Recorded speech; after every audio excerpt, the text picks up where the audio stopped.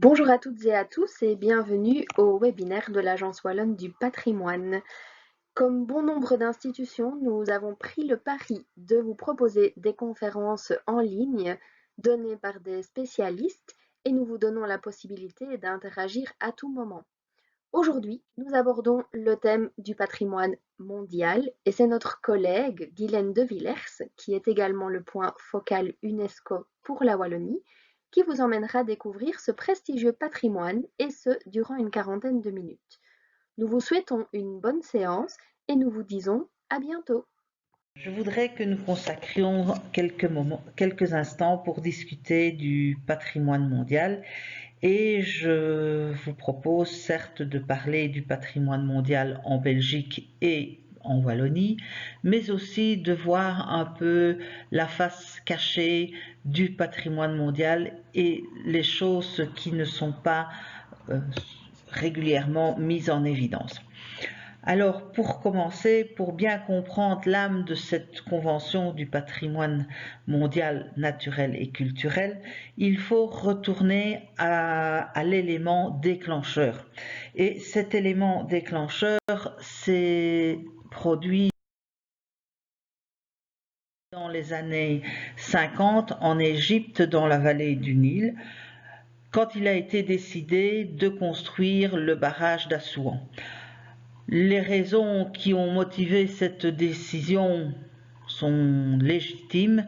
Il s'agissait d'améliorer les conditions de vie de la population et elles ne doivent pas être mises en cause. Toutefois, les conséquences de cette décision au niveau patrimonial étaient assez catastrophique puisque de grandes zones allaient être inondées, des zones riches en vestiges et en monuments remarquables comme le temple d'Abou Simbel. Alors la communauté internationale n'a pas pu se résoudre à voir disparaître des témoins aussi importants et elle s'est mobilisée pour assurer le sauvetage de ces monuments avec un chantier très exceptionnel qui a été le déplacement de ces temples. Alors pour ce faire, ce sont des techniciens, des ingénieurs, des archéologues qui ont mis leur savoir-faire et leur temps à disposition de ce vaste projet. Ce sont aussi des montants, des budgets importants, puisque c'est près de 80 millions de dollars qui à l'époque ont été consacrés à ce projet. Et cet exemple nous montre de manière remarquable ce qu'est vraiment le patrimoine mondial, c'est-à-dire la reconnaissance que certains sites ont une importance qui dépasse les limites des frontières nationales et que leur conservation ne doit pas reposer sur la seule communauté locale nationale, mais bien concerne l'ensemble de l'humanité. Et donc c'est ainsi qu'a été créée la Convention du patrimoine mondial pour mettre en exergue ces sites tout à fait remarquables. Alors, cette convention, c'est la liste du patrimoine mondial, mais pas uniquement.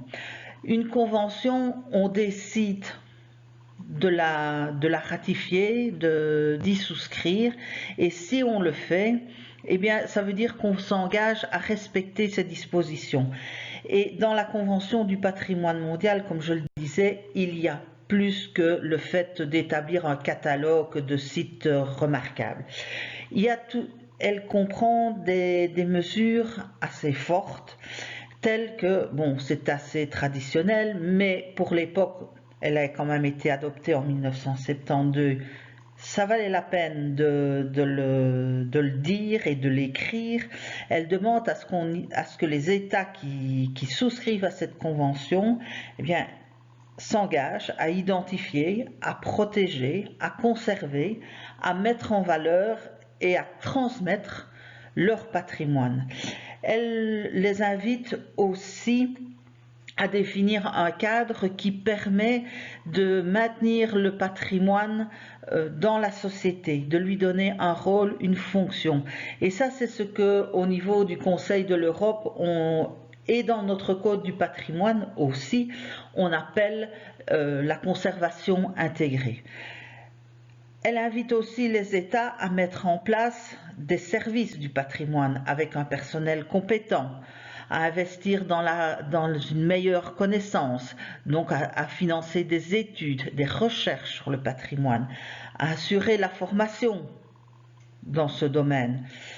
Et cela, donc, c'est vraiment les grandes lignes d'une politique patrimoniale qui sont esquissées à travers ces dispositions. Mais au-delà, on a parlé pour Abou Simbel de la solidarité internationale. Ce qu'elle demande aussi aux États, eh bien, c'est d'une part de collaborer à la préservation des sites, mais aussi, un pas plus loin, de s'engager à respecter et à ne pas porter atteinte au patrimoine situé sur le territoire des autres États parties. Alors, dans les outils, bien, il y a effectivement la liste du patrimoine mondial. Il y a aussi la liste du patrimoine mondial en péril. On en parlera un peu plus tard.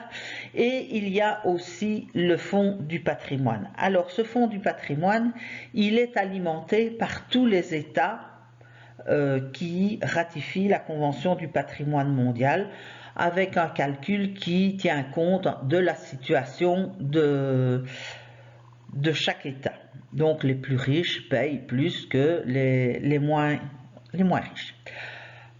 Mais vous le savez, si vous suivez un peu la presse, chaque année, le nombre de sites qui est inscrit sur cette liste du patrimoine mondial augmente. Chaque année, on inscrit de nouveaux sites.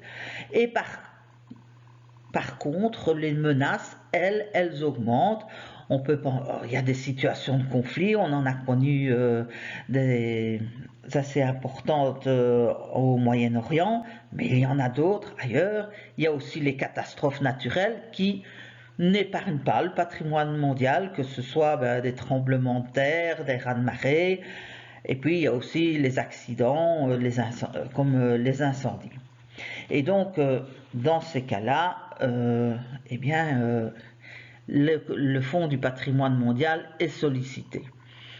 Mais malheureusement, vu le nombre de sites, vu le nombre de menaces, eh bien, les fonds ne sont pas suffisants et donc les États sont invités à apporter des aides complémentaires. Alors ces aides complémentaires, elles sont de différentes natures.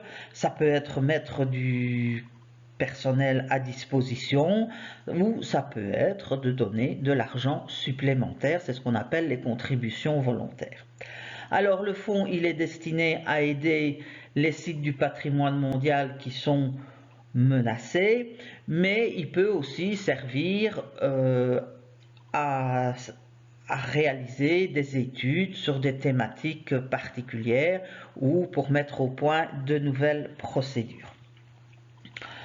Le public et la société en général est aussi invité à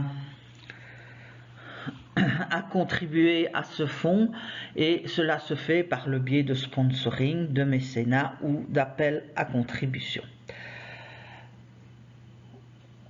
Et donc, si on se rappelle, il y a quelques mois, l'explosion qu'il y a eu à Beyrouth, eh bien là, l'UNESCO a lancé un appel à contribution, pas uniquement monétaire, mais elle a aussi demandé à ce que des professionnels du patrimoine se mobilisent et aillent sur place pour aider les Libanais dans leurs travaux d'abord de stabilisation, d'établir un état des lieux pour ensuite établir un projet de reconstruction. Alors, cette convention du patrimoine mondial, on appelle généralement une convention universelle. Universelle pourquoi? Parce qu'elle réunit la quasi-totalité des États du monde. Vous le voyez à l'écran, 194 États parties. Et on estime qu'il y a moins de 200 États dans le monde.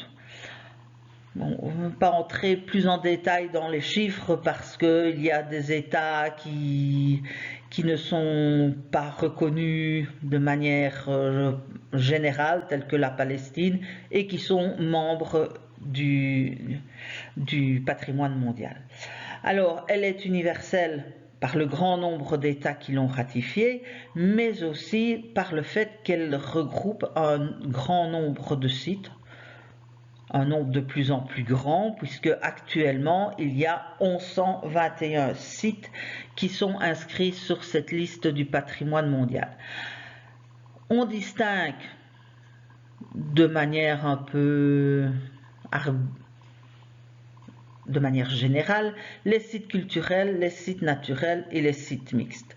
Les sites culturels, ce sont les plus nombreux, vous le voyez, 869 sites, alors que les sites naturels, eux, sont en nombre plus restreint et encore plus rares les sites mixtes. Alors un site mixte dans le langage de l'UNESCO, c'est un site qui pourrait être inscrit comme site culturel et inscrit comme site naturel. Donc on ne travaille pas sur base de la conjonction des qualités, mais bien par addition.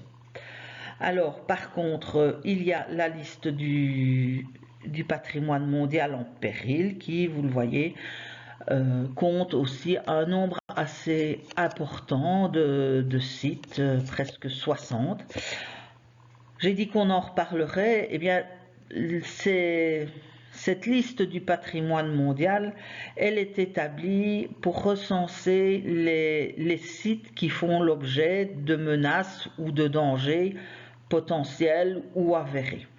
Alors, donc, on va y retrouver toutes sortes de situations. On va y retrouver des sites qui sont endommagés ou qui risquent de l'être par des situations de conflit. On va aussi retrouver des sites qui ont été victimes de catastrophes naturelles, on en a déjà parlé, mais aussi des sites qui sont menacés par des activités humaines. Les plus traditionnelles, c'est la création de grandes infrastructures ou des activités industrielles qui se situent soit dans le site ou à proximité, mais dont les effets risquent de porter atteinte à la valeur universelle exceptionnelle du site. Alors, je vous ai dit qu'il y avait un grand nombre de sites.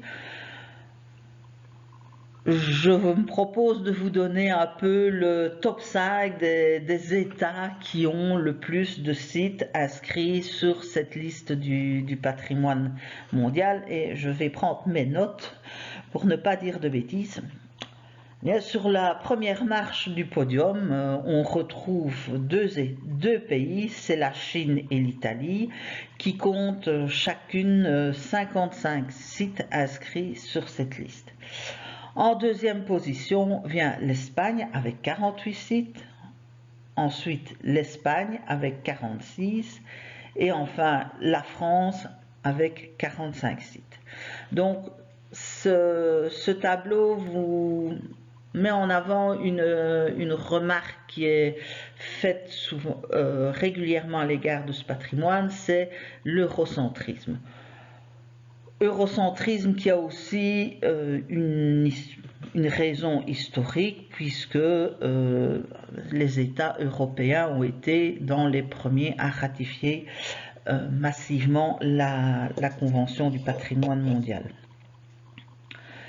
Les États européens ont ratifié rapidement, sauf peut-être la Belgique, qui elle a attendu 1996, mais là aussi ça reflète notre histoire institutionnelle, pour ratifier cette convention. Et par rapport à notre territoire, on est assez bien représenté sur cette liste du patrimoine mondial, puisqu'il y a 13 biens en Belgique qui sont inscrits. Alors vous le voyez, 12 sont des biens culturels et un est un site naturel. Cela se comprend assez facilement par la forte anthropisation de notre territoire. Et donc, c'est vrai que nous avons beaucoup proportionnellement assez bien de sites inscrits sur la liste du patrimoine mondial, mais cela reflète aussi la réalité de notre histoire et de la richesse de notre patrimoine. Alors, ce qu'il faut mettre en avance, donc je vous l'ai dit, nous avions ratifié en 1996 et les premiers biens belges ont été inscrits en 1998. Et pour l'inscription de ces premiers biens belges, il y avait un accord entre les 3 régions selon lequel chaque région allait présenter un de ces sites. Nous allons y revenir un peu plus loin. Et puis par la suite, eh bien, chacun a repris son autonomie et a instruit ses dossiers en fonction de ses priorités, de son rythme de travail. Et donc c'est ainsi que, par exemple, en 2000, eh bien, on a eu 4 biens belges qui ont été inscrits simultanément sur la liste du patrimoine mondial. Ce à quoi la Belgique, toute région confondue, est attentive, c'est aussi à ne pas accentuer les déséquilibres qu'il y a sur cette liste du patrimoine mondial et donc de ne pas proposer de sites qui viendraient enrichir une typologie qui est déjà bien représentée sur cette liste du patrimoine mondial. Et donc ainsi on a favorisé des sites industriels, des sites archéologiques et des bâtiments modernes et nous allons y revenir plus tard. Je vous propose de nous promener à travers les sites qui sont inscrits sur la liste du patrimoine mondial en Belgique et de commencer par les régions voisines et tout d'abord de nous intéresser un peu aux sites flamands qui sont inscrits sur cette liste du patrimoine mondial. Vous les voyez apparaître sur votre écran. Je les ai inscrits dans l'ordre où ils ont été ajoutés à la liste du patrimoine mondial et donc les premiers sites flamands à avoir été inscrits sont une série de béguinages en Flandre, puisque c'est évidemment un patrimoine très emblématique de cette région.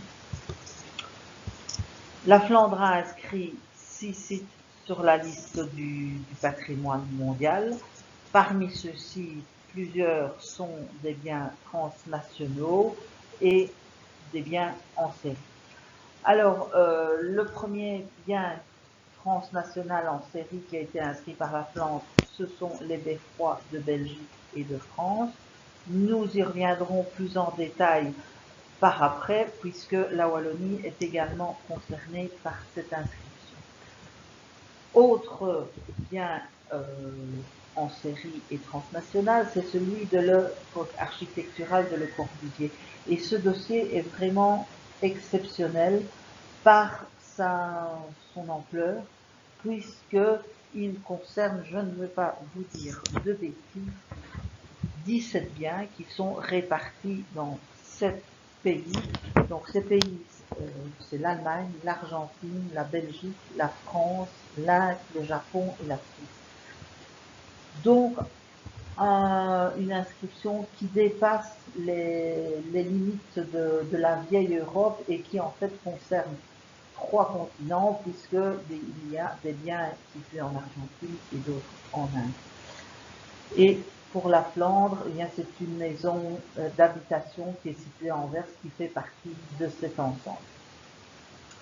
Autre bien inscrit assez exceptionnel, c'est celui des forêts de hêtres qui concerne la forêt de Soignes, notre seul site naturel, comme je vous l'ai déjà dit.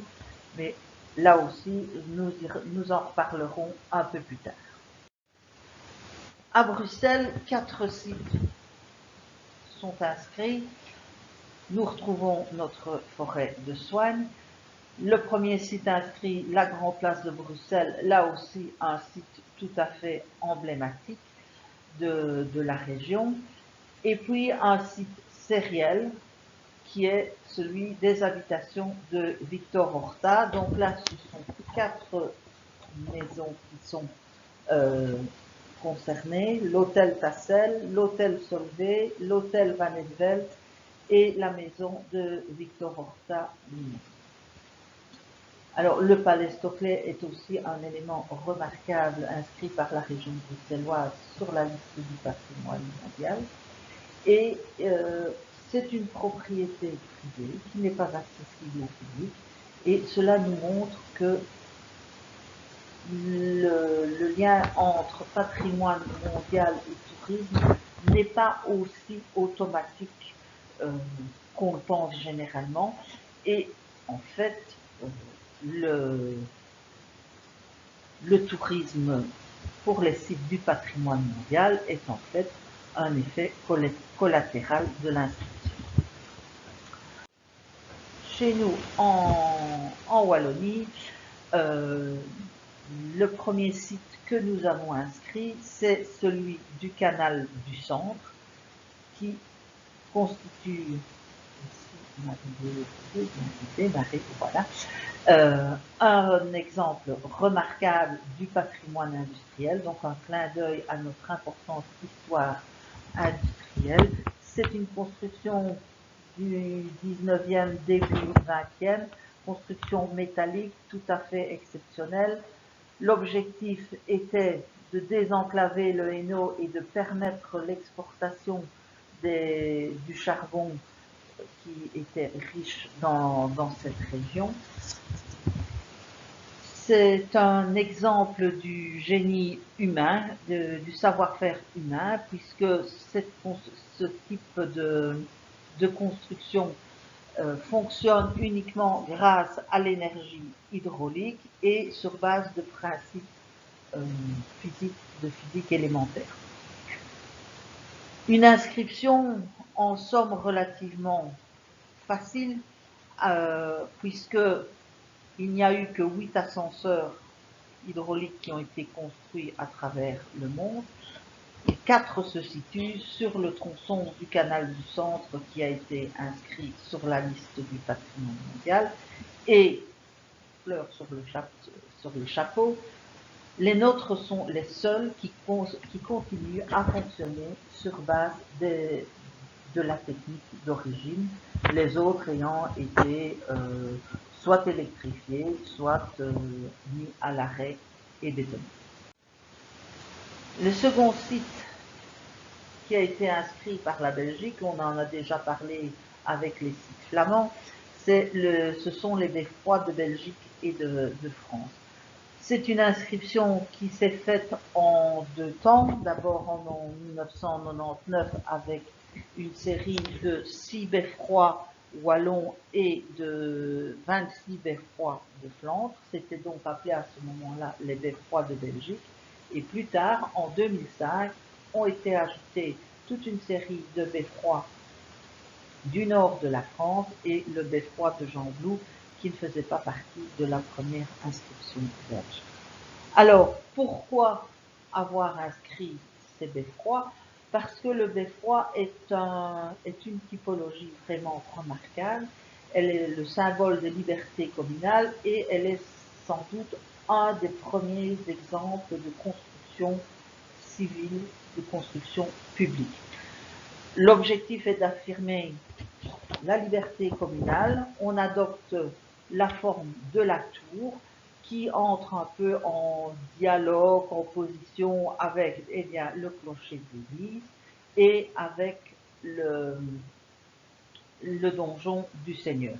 Cela montre un peu les rapports entre les 3 pouvoirs. Le beffroi est important aussi par les différentes fonctions qu'il va accueillir. Il y a d'abord très important, la cloche communale qui va rythmer la vie de la communauté. Et puis, il y a des fonctions qui vont varier suivant les édifices.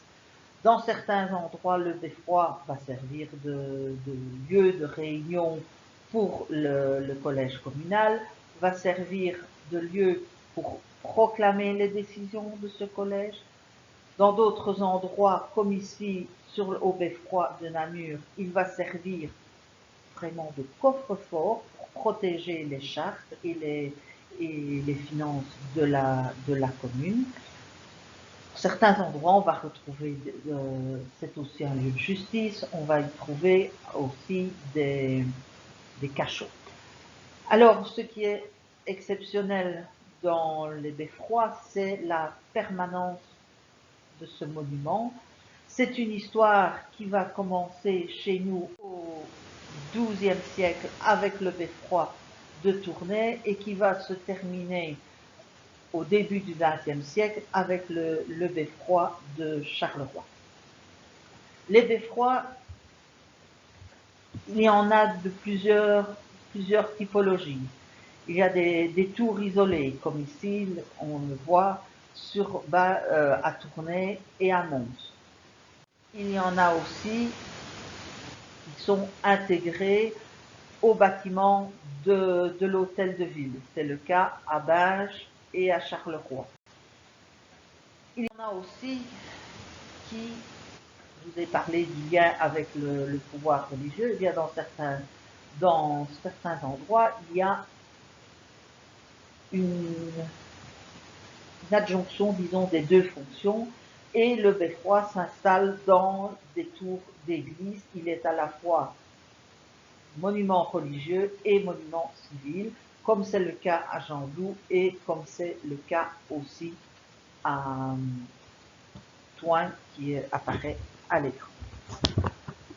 Voilà, la persistance donc du monument est aussi importante. On va retrouver des beffrois dans des styles très différents, dans des matériaux très différents, mais le beffroi reste et traverse les âges, et quand il est détruit par un incendie ou dans le cadre d'un conflit, il est reconstruit. Et c'est cela qui est vraiment important. Ensuite, en 2000, nous l'avons dit, c'était une année exceptionnelle puisqu'on a eu 4 sites belges inscrits sur la liste du patrimoine mondial. Un de ces sites, c'est la cathédrale de Tournai. Alors, cette cathédrale de Tournai, elle est vraiment remarquable. Elle se distingue des autres édifices, des autres cathédrales qui ont été inscrites sur la liste du patrimoine mondial, parce que c'est vraiment un monument unique qui allie à la fois une partie romane, la nef et le transept, et une partie gothique avec le chœur. À l'intérieur, une collection de chapiteaux remarquables et évidemment ces 5 clochers qui sont uniques au monde et qui signent la silhouette de la cathédrale. Cette cathédrale qui est aussi un mélange d'influences venues à la fois de l'Île-de-France mais aussi de la région rhénane, un édifice en tout point remarquable.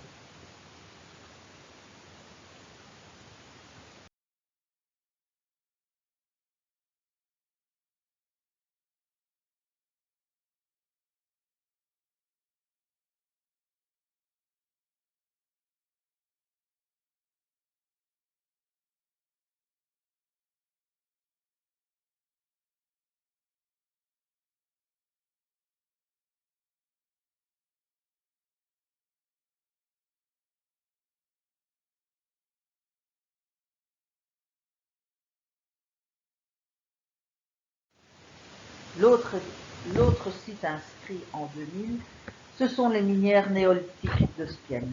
Là aussi, un élément vraiment particulier. On est dans un site archéologique. Alors, ce site de Spienne, Ce n'est certainement pas le plus grand, mais c'est un des plus grands. Ce n'est pas le, le lieu où l'exploitation a été la plus longue, mais c'est une des plus longues. On y retrouve différentes techniques d'extraction du silex, et c'est la conjonction de ces différentes caractéristiques qui fait que Stienne est vraiment un site exceptionnel. Un site exceptionnel qui est accessible au public, vous l'avez vu sur notre petit film, mais de manière assez limitée, puisque il faut aussi adapter le site à la visite à la capacité du site. Et ici, vous l'avez vu, il faut descendre un à un dans ce puits, et donc cela est une limite à la possibilité de visiter les minières. Par contre, c'est un lieu de recherche exceptionnel, puisque vous l'avez également vu, les fouilles sont toujours en cours, on fait toujours de nouvelles découvertes, on développe la connaissance de ce site, aussi des techniques d'exploitation du silex et de la vie des hommes du néolithique. C'est aussi, puisque le site est vaste, en tout cas à l'échelle de la Belgique, il fait plus de 100 hectares, c'est aussi une réserve archéologique dont nous espérons que les prochaines générations d'archéologues pourront encore faire des découvertes sur ce site remarquable.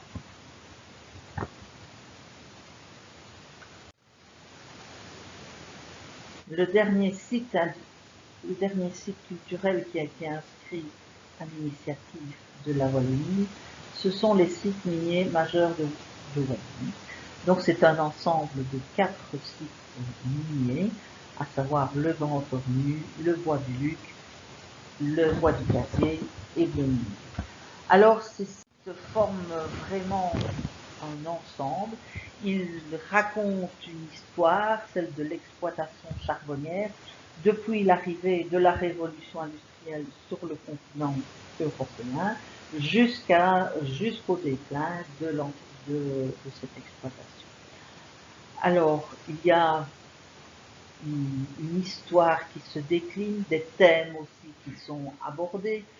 Quand on est au Grand Ornu, le Grand Ornu, c'est cette architecture exceptionnelle qui s'exprime dans les bâtiments industriels, mais qui s'exprime aussi dans la cité qui a été construite autour de ces bâtiments industriels. Grand Ornu, c'est l'œuvre d'un seul homme, Henri de Gorge, dont on aperçoit la statue sur l'image. Henri de Gorge, un chevalier d'industrie, un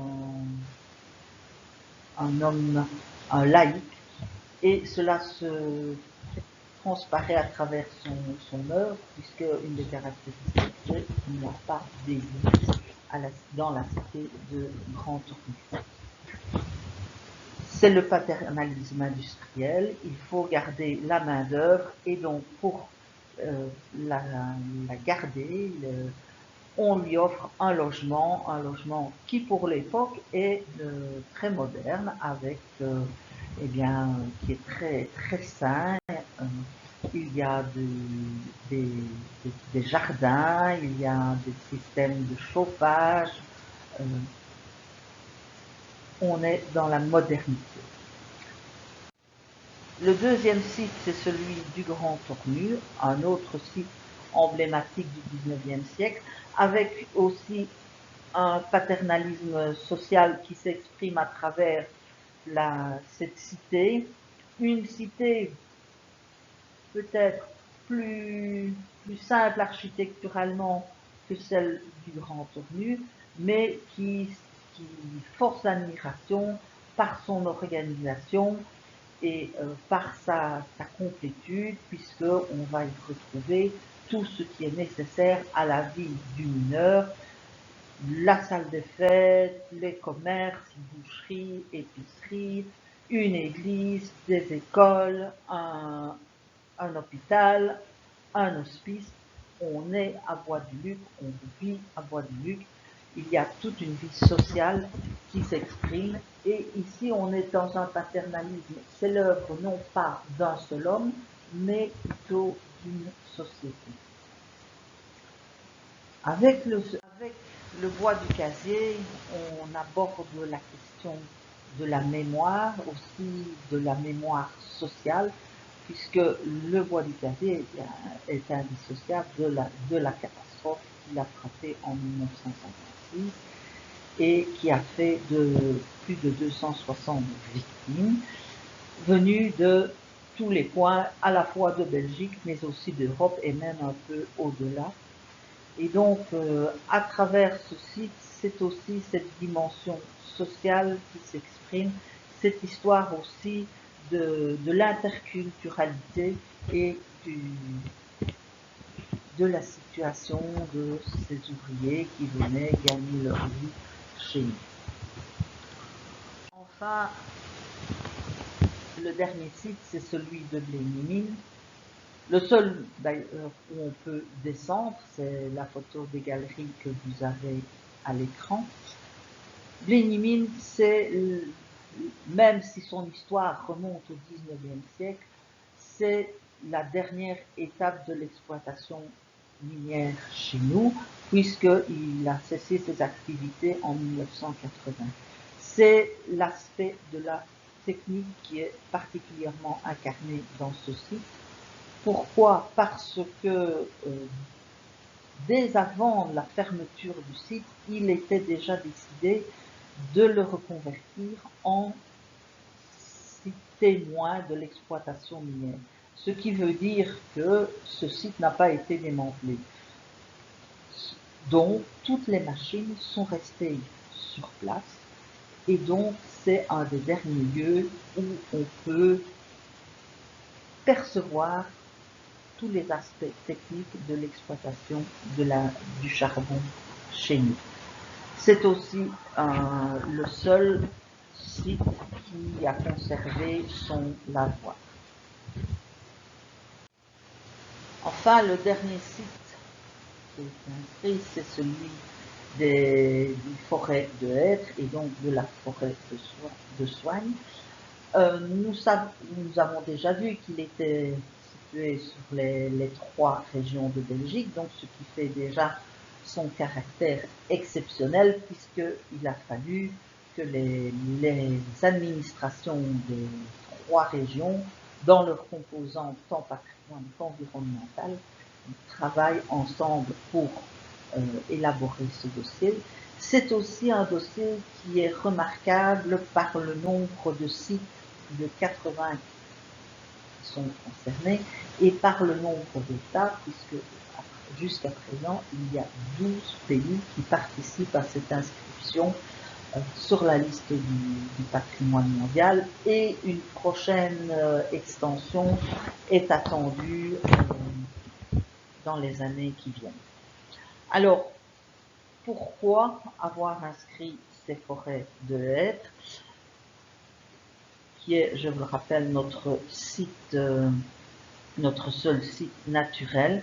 Eh bien, parce que l'idée, c'est de montrer comment cette espèce a pu, à partir de la dernière glaciation, s'étendre à travers toute l'Europe avec des conditions géographiques et climatiques très différentes, depuis les régions proches de la mer jusque dans les montagnes du sud jusqu'au nord de l'Europe. Et c'est cette capacité à s'adapter à des milieux très différents qui est mise en avant à travers toutes ces sites. Ce sera aussi, eh bien, avec le changement climatique, c'est aussi un sujet exceptionnel d'études et de recherche. Pour terminer cette présentation, je voudrais faire avec vous un petit regard en arrière sur ce qui s'est passé depuis 50 ans en matière de patrimoine mondial, puisque la Convention du patrimoine mondial fêtera ses 50 ans en 2022.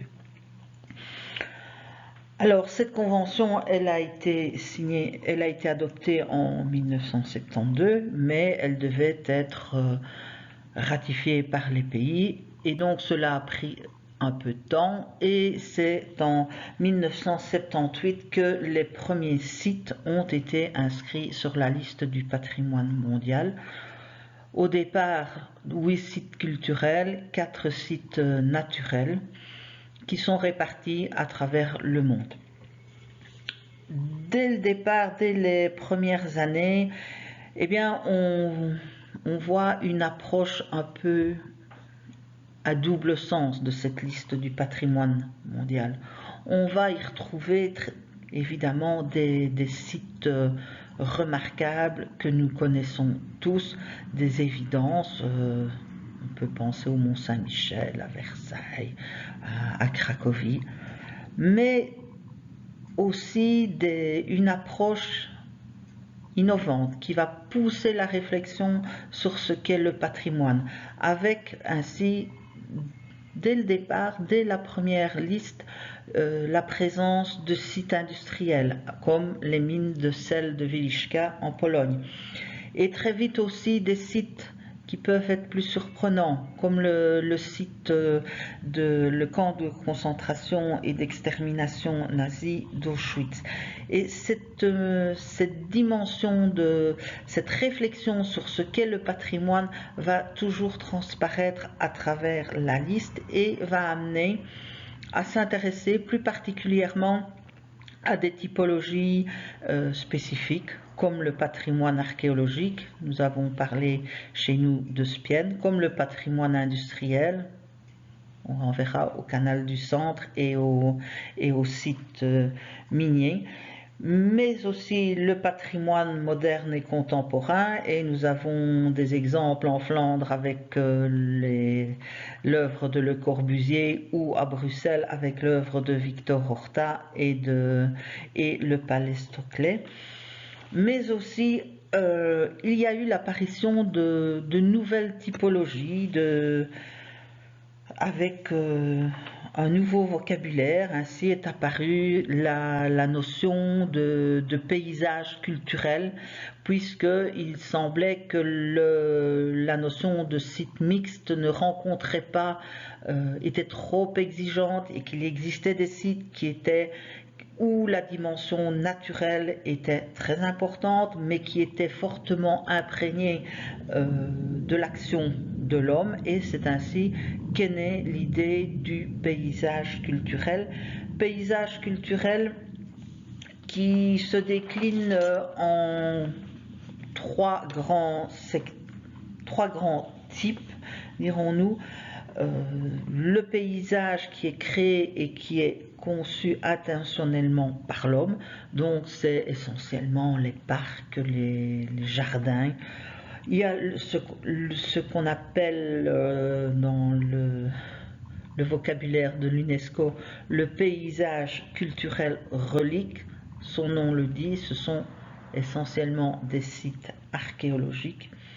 Et puis il y a les paysages évolutifs vivants, ce sont des grands paysages tels que les paysages de rizières ou les paysages viticoles. Et il y a aussi une catégorie peut-être un peu plus difficile à cerner, ce sont les paysages culturels associatifs, donc qui font référence soit à des événements artistiques ou religieux, donc ça va être par exemple les montagnes sacrées dans certaines régions du monde.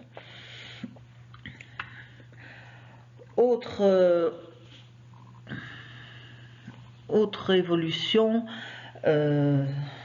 qui a été motivé aussi par le succès de la convention et par l'augmentation continuelle du nombre de sites, c'est de constater que certains sites sont remarquables, mais ne présentent pas toutefois toutes les caractéristiques pour justifier une valeur universelle exceptionnelle, mais qu'un ensemble de sites, que plusieurs sites mis ensemble peuvent atteindre cette valeur universelle exceptionnelle. Donc l'idée est d'avoir des sites qui contribuent de manière significative à cette valeur universelle exceptionnelle. Et nous en avons vu des exemples aussi chez nous. Ce sont les beffrois, ce sont la forêt de Soignes, ce sont les sites miniers, des sites qui valent plus étant ensemble qu'étant considérés séparément. Et on constate que ces sites transnationaux, sériels transnationaux, ont tendance à augmenter, ce qui représente une gageure à plus d'un titre, puisque il faut que les États s'accordent pour travailler ensemble, qu'ils se donnent des objectifs communs. Cela complique aussi le travail d'évaluation, quand on a 12 pays, 80 sites à évaluer, on comprend que c'est beaucoup plus compliqué que lorsqu'on doit s'intéresser à un monument unique. Et de plus en plus, cette coopération internationale s'élargit avec des sites, on en a parlé, comme celui de Le Corbusier qui traverse quasiment le monde entier, ou comme celui des Hêtraies, où on a plus d'une dizaine de pays qui collaborent. Une autre évolution qu'on a constatée, c'est que, cela a été constaté pour d'autres matières, c'est que dans un premier temps, les dossiers d'inscription se sont focalisés sur la valeur universelle exceptionnelle, sur des grands sites, et c'était la première préoccupation du comité du patrimoine mondial qui inscrit ces sites, c'était de s'assurer de la qualité des sites. Et puis, petit à petit, avec l'expérience, on s'est aperçu que ces sites, tout exceptionnels qu'ils étaient confrontés à des enjeux de développement et devaient faire face à des menaces. Et donc l'idée est venue d'associer à cette valeur universelle exceptionnelle des exigences en matière de gestion. Et donc aujourd'hui, pour les pays qui veulent porter un dossier devant le comité du patrimoine mondial, il s'agit non seulement de démontrer à travers les critères qui sont définis par le Centre du patrimoine mondial, à travers une étude comparative, que ce site a bien sa place sur la liste du patrimoine mondial, mais il faut aussi certes prouver qu'on protège ce site au niveau national, mais aussi que tout est mis en œuvre pour assurer une saine gestion. Donc cela s'exprime à travers des législations, à travers des budgets, à travers des stratégies, et tout cela doit être aussi évalué, ce qui permet de mesurer la capacité de l'État à conserver, protéger et valoriser son site, et permet aussi d'anticiper certains problèmes. Et actuellement, donc, c'est une des conditions presque aussi importante en fait que la valeur universelle exceptionnelle. La gestion n'est pas suffisante en elle-même, mais elle est indispensable.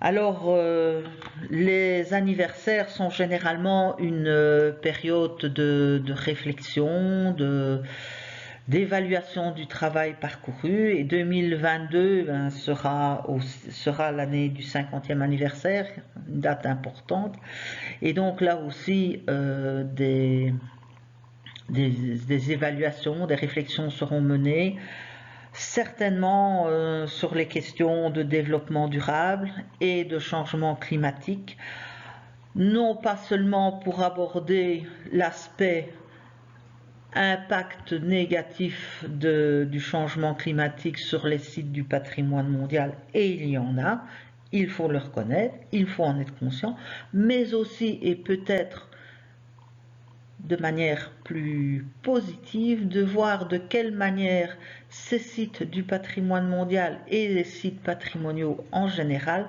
peuvent apporter leur contribution à la lutte contre ce changement climatique. Autre grand enjeu, évidemment, ce sera la dimension sociale, la dimension résilience, réconciliation que porte le patrimoine mondial. Voilà, j'arrive au bout du temps qui m'était donné. On aurait encore pu dire beaucoup de choses sur le patrimoine mondial. Vous avez sans doute beaucoup de questions et je vous invite, pour trouver vos réponses, à consulter le site du Centre du patrimoine mondial dont vous voyez apparaître l'adresse. Voilà, je vous remercie, j'espère que vous avez passé un moment agréable, que vous avez peut-être appris certaines choses et je vous dis au revoir. À bientôt.